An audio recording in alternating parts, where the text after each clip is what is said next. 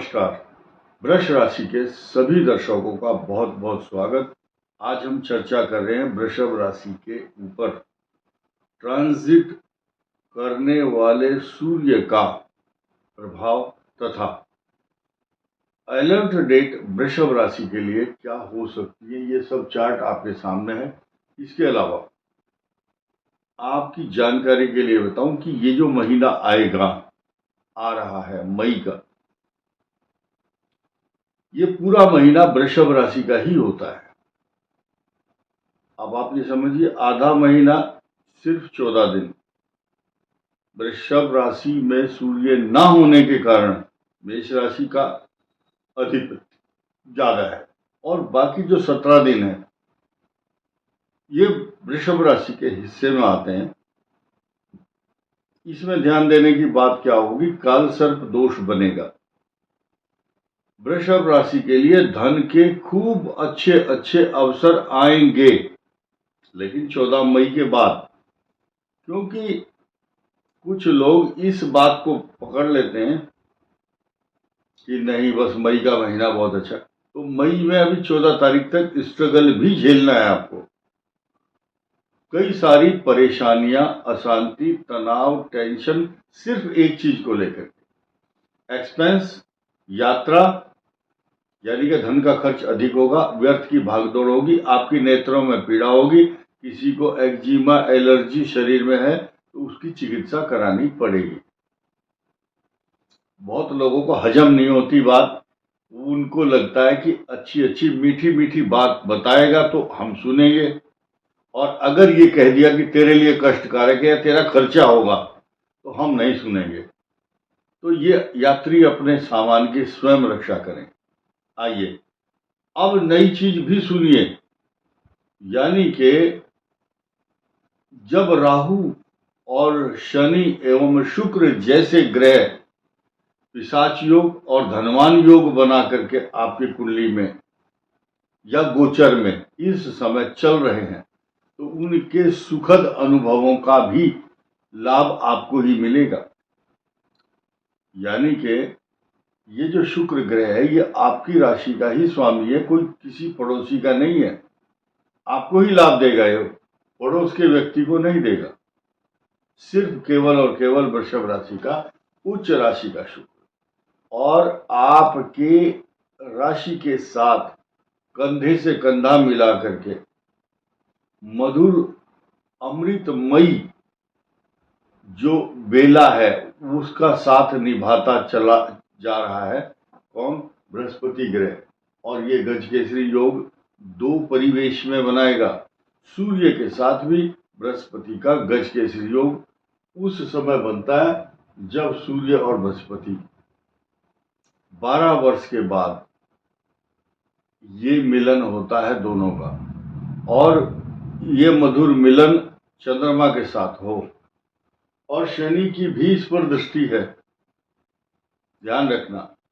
तो शनि के जो बुरे प्रभाव हैं वो इसलिए नहीं हो पाते हैं क्योंकि बृहस्पति ग्रह आपकी जो रक्षा है छत्र लगा देता है, या चक्र सुदर्शन की तरह से आपके चारों तरफ मंडराता है। इसका जो तेज है, अब यहाँ सूर्य और बृहस्पति, इन पर शनि की दृष्टि होगी, जो बहुत बड़ा कष्ट, त्रास, परेशानी, अशांति, तनाव, टेंशन, बीमारी, टॉन्सिल, नेत्र पीड़ा, एलर्जी, बीमारी, बुखार, खांसी, पॉल्यूशन से, डस्ट से जो दिक्कत आपको आएगी या आ रही है, उसके प्रभाव कम होंगे। सिर्फ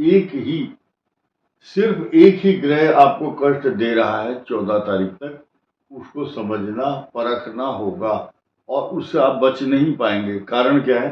जब आपके 12वें स्थान में सूर्य है, ये कहाँ जाएगा बताओ? ये तो सृष्टि के नियम है। कुछ नियम मनुष्य को ना चाहते हुए भी at least you have to accept, आपको स्वीकार करना होगा। अब सुखद शब्दों की बात करते हैं जो आपको चाहिए। ये आपका धन, कुटुंब, वाणी, आप मक्खन और मलाई जैसे अच्छे सुंदर शब्द का प्रयोग करेंगे अब अगले 1-1.5 वर्ष तक, और आपकी आभा, आपकी कांति, आपके मधुर संबंधों के कारण आपको धन लाभ भी निरंतर होता रहेगा। क्योंकि कारण जब वैसे ही बनते चले जाते हैं, आपके इनकम हाउस का लॉर्ड धन स्थान में। इस संसार का नियम है, विख्यात धनी योग किसको कहा गया है? बड़े बड़े, आपने सुना होगा richest person of the world, बड़े बड़े, मैं नाम नहीं लूंगा, समय नहीं है, सिर्फ संकेत की भाषा समझिए। ये जो भाव है और ये, इनमें दोनों में रिश्ता है, बहुत घनिष्ठ रिश्ता है।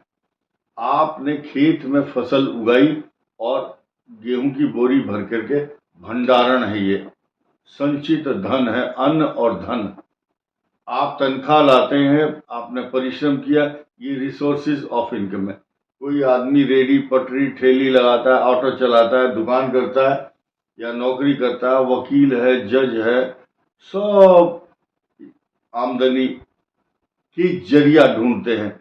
आमदनी के स्रोत आपके पास हैं, लेकिन यहां से जो आपको आमदनी हुई इकट्ठी जाकर के यहाँ होगी, ये आपका बैंक बैलेंस कह सकते हैं, खजाना भी कहते हैं इसको, और इसको कोष भी कहते हैं, धन का कोष, कोषागार।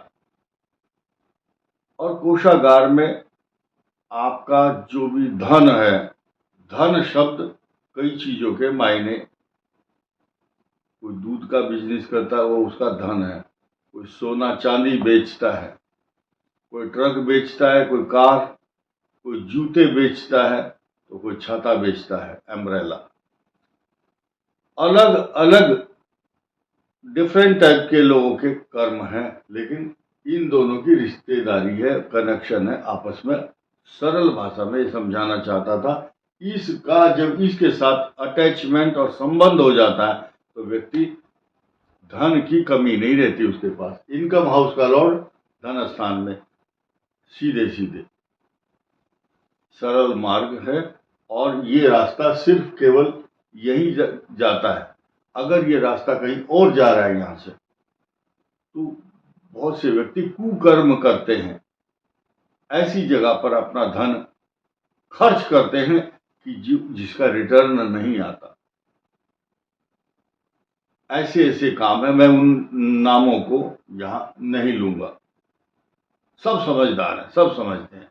तो वो पैसा अगर 12th हाउस में लग रहा है, यानी कि व्यर्थ के खर्चे, कह करके अपनी बात को समझाने का कोशिश करूंगा, व्यर्थ के खर्चे, तो मतलब उसका रिटर्न नहीं आएगा। अब आइए, ये कालसर्प योग जो बना रहा है आपके लिए, इस कालसर्प योग के मायने को समझ लीजिए। अलर्ट डेट का समय आ रहा है, अब बताऊंगा। पहले तो आप ये समझिए कि ये 22:33 पर बृहस्पति इस राशि से धन स्थान में आएंगे, और ये अतिचारी होंगे, इतनी स्पीड से जाएंगे पूछो मत, ये बता चुका हूं मैं पहले वीडियो में। दूसरा, रात को दूसरा परिवर्तन, रात को 24:11 पर, यानी कि लगभग ये 1-1.5 घंटे का अंतराल है। और बुध जो है भरणी नक्षत्र में आएंगे, ये भरणी नक्षत्र द्वादश भाव में है, ये शुक्र का ही नक्षत्र है, जिसका वृष राशि से सीधा सीधा संबंध है। लोगों को ये समझ नहीं आता या सुनना पसंद नहीं करते, कौन किसका स्वामी है, कौन कहाँ बैठा है, किसकी कहाँ दृष्टि है। सीधे स्ट्राइक कि ये बोले पैसा आएगा या नहीं ये बता। तो ये चीज और अन्य चैनलों पर जहां नोटों की गड्डी दिखा करके आपको चूहेदानी में जैसे चूहे को फंसाते हैं, तो आप उन चक्करों में फंस जाओ तो ज्यादा अच्छा। तो ऐसे सत्य ग्रहों के असली जो ट्रांजिट की बात है वो यहां सुनने को मिलेगी, क्योंकि हम अपनी बात को समझाने के लिए, जस्टिफाई करने के लिए उन ग्रहों का नाम और उनके स्थान लेते हैं, इसलिए क्योंकि हमें सुविधा होती है। आपकी समझ में आता है नहीं आता है वो बाद की बात है, कोशिश करते हैं हम। लेकिन अब आप आइए राहु और केतु पर। राहु और केतु क्या कहते हैं? चतुर्थ भाव केतु है, ये माता मित्र मकान, सवारी, पशु, प्रॉपर्टी, जायदाद तथा निर्माण कार्य, आपके कुत्ता, खरगोश, बिल्ली, पशु, ट्रैक्टर, जमीन या जो आपके घरेलू सुख के संसाधन हैं। माता का स्वास्थ्य भी है। और छोटा सी कोई इन्फेक्शन, बीमारी, टेंशन आपके पशु को, आपकी माता को बीमारी का खतरा बता रहा है। ये राहु आपकी नौकरी से संबंधित कुछ व्यवधान 18 मई को अगले कुछ ही दिनों में उत्पन्न करेगा। या स्थानांतरण तथा विदेश यात्रा से संबंधित, और अधिकांश उन लोगों की जो अपने पासपोर्ट में तब्दीली देख रहे हैं, पीआर का चक्कर है, कहीं इलाज कराने गया है, कोई नौकरी ढूंढने गया है, कोई आना चाहता है विदेश से, कोई जाना चाहता है, ये अस्थिरता, अनस्टेबिलिटी, अनस्टेबल करते हैं ये दोनों ग्रह। अब ये स्थिति आपकी अगले नवंबर 2026 तक रहने वाली है।